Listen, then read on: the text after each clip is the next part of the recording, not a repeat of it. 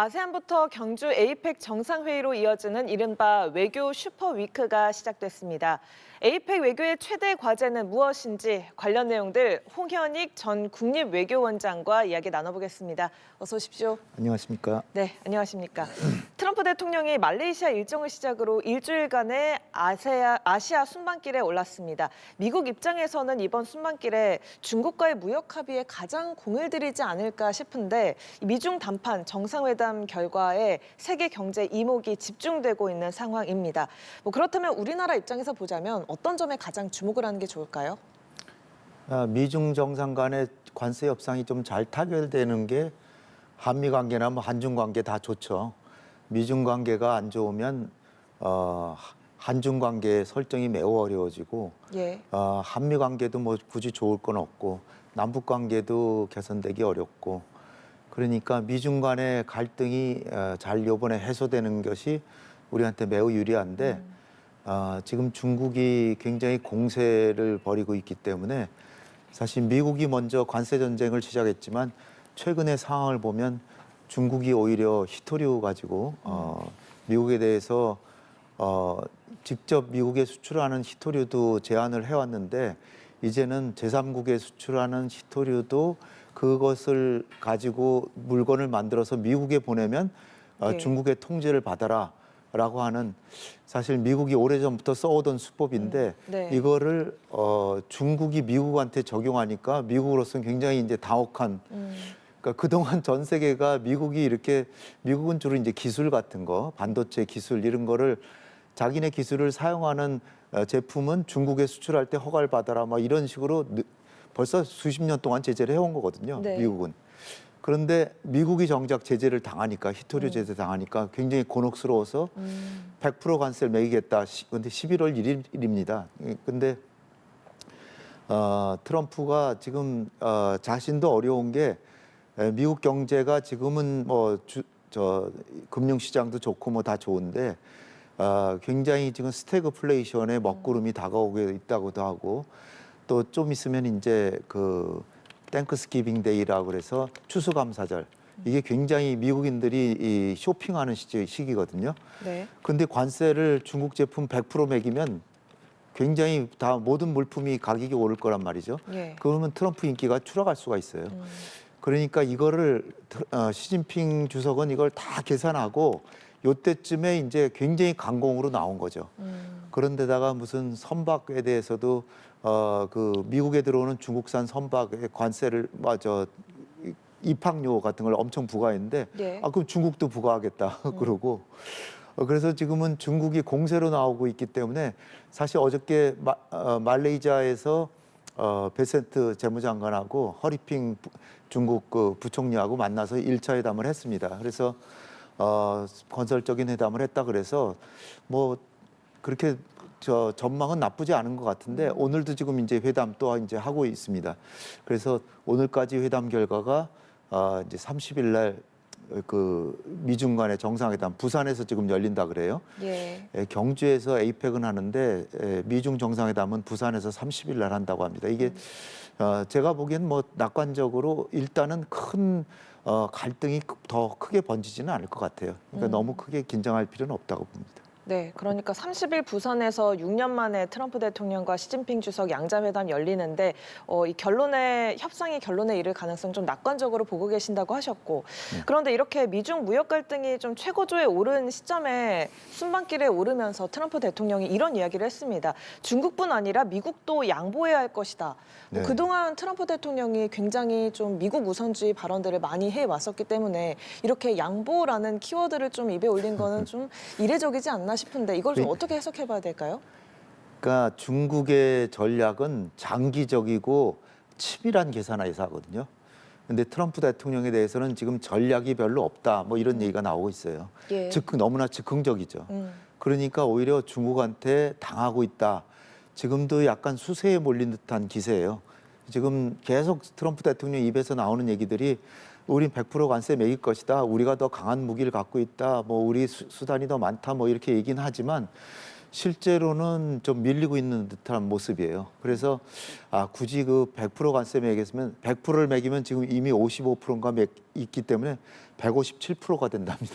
예. 그럼 157% 관세 매기면 무역이 되겠어요? 그러니까 트럼프 대통령이 나는 이렇게 가기를 원하지 않는다.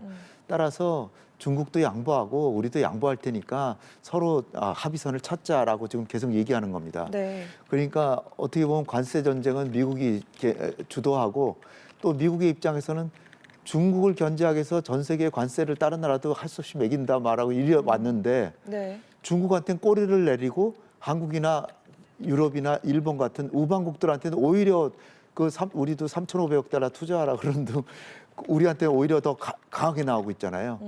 이게 참 어떻게 보면 초강대국으로서 좀 적절한 처신을 하는 것인가 좀 의문이 듭니다. 네, 이 아세안 정상회의 일정을 마친 트럼프 대통령은 이어서 일본을 방문을 하는데요. 여기에서 다카이치 신임 총리와 첫 양자 회담을 가집니다.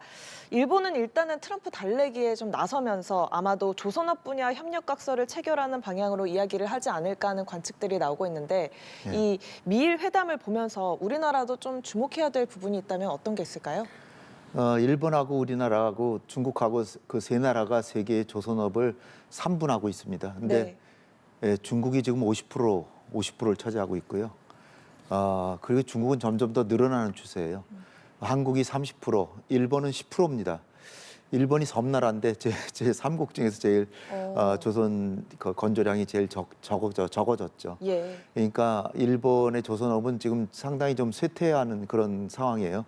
그런 상황에서 일본으로서도 미국하고 협력하는 게 이렇게 나쁘지 않을 것 같은데 일본의 조선업계는 미국하고 협력하는 걸 그렇게 크게 이득이 나진다고 생각을 안 하고 있어요. 자기네 수요 충당하기에도 바쁘다는 그런 거예요.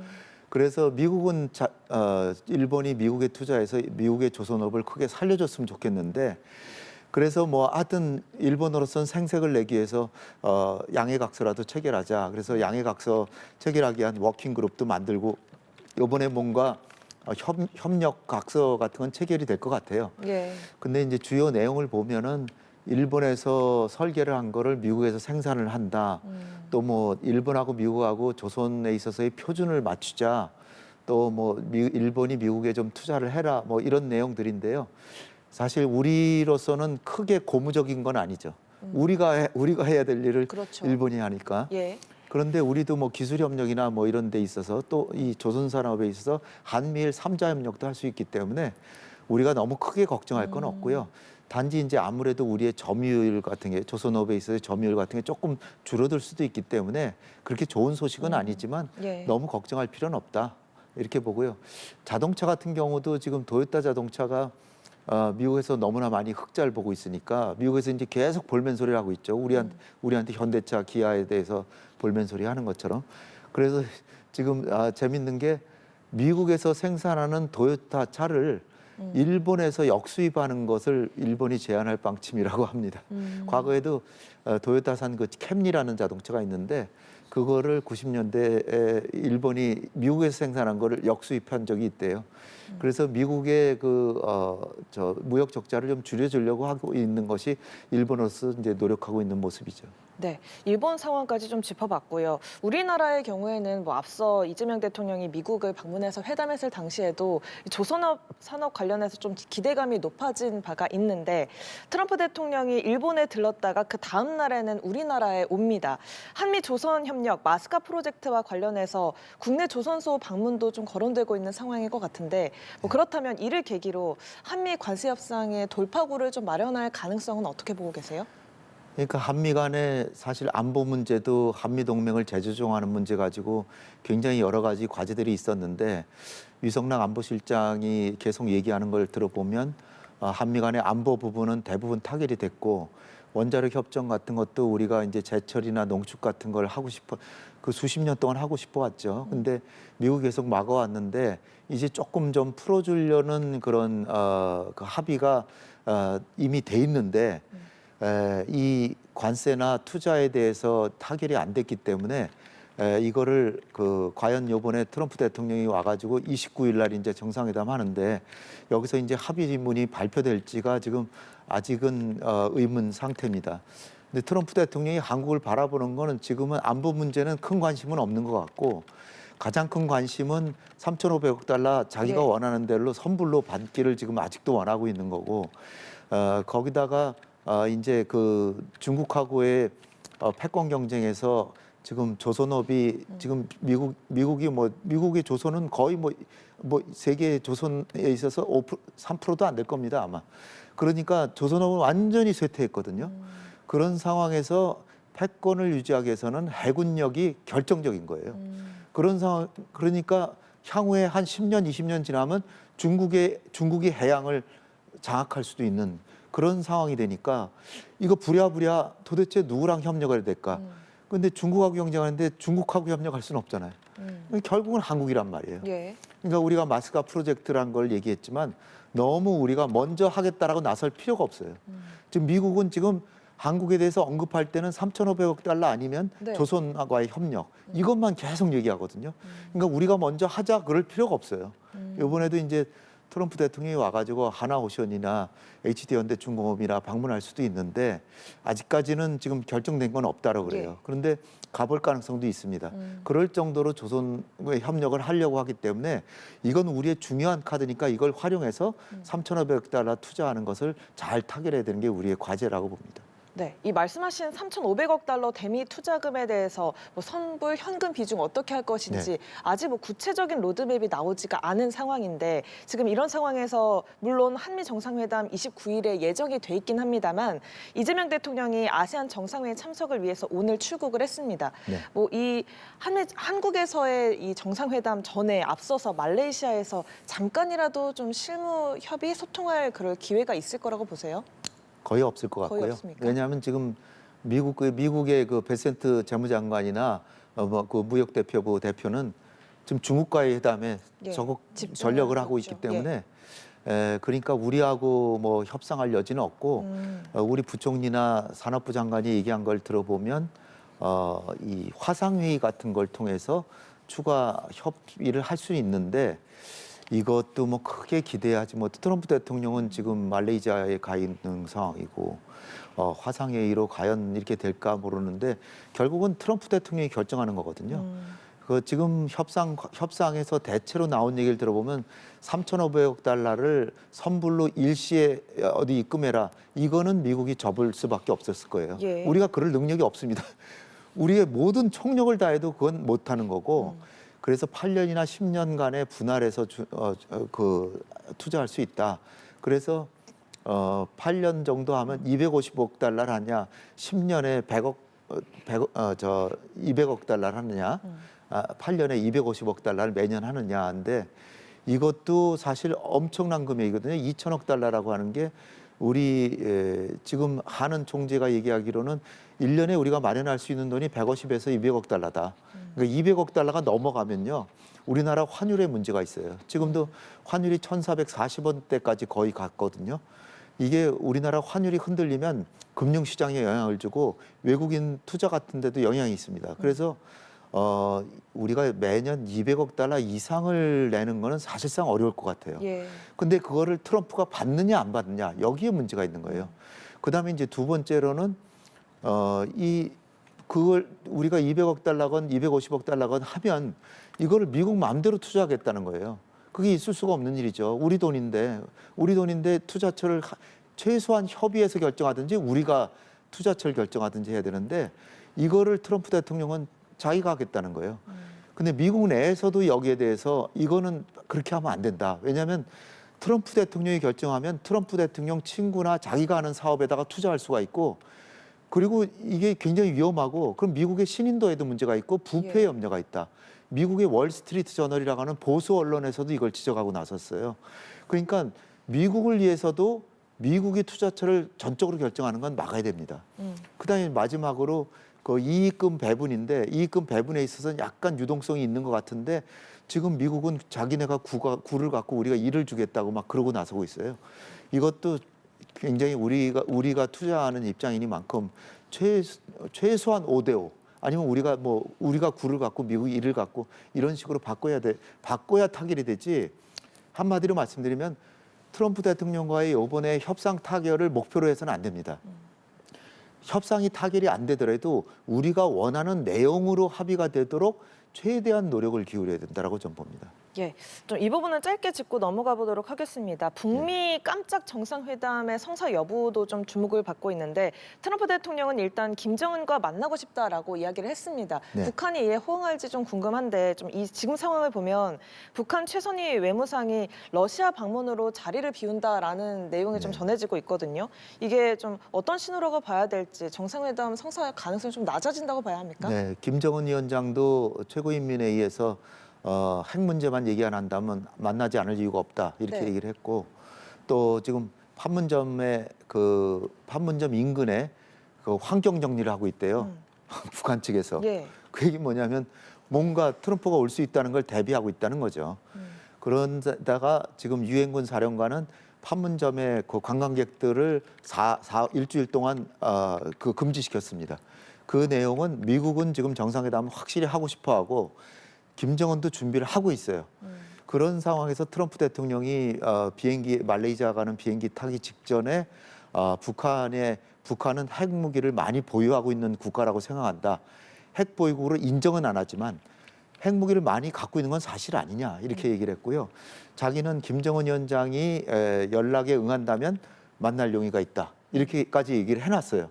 트럼프 대통령은 아주 노골적으로 만나겠다는 얘기를 한 겁니다, 지금.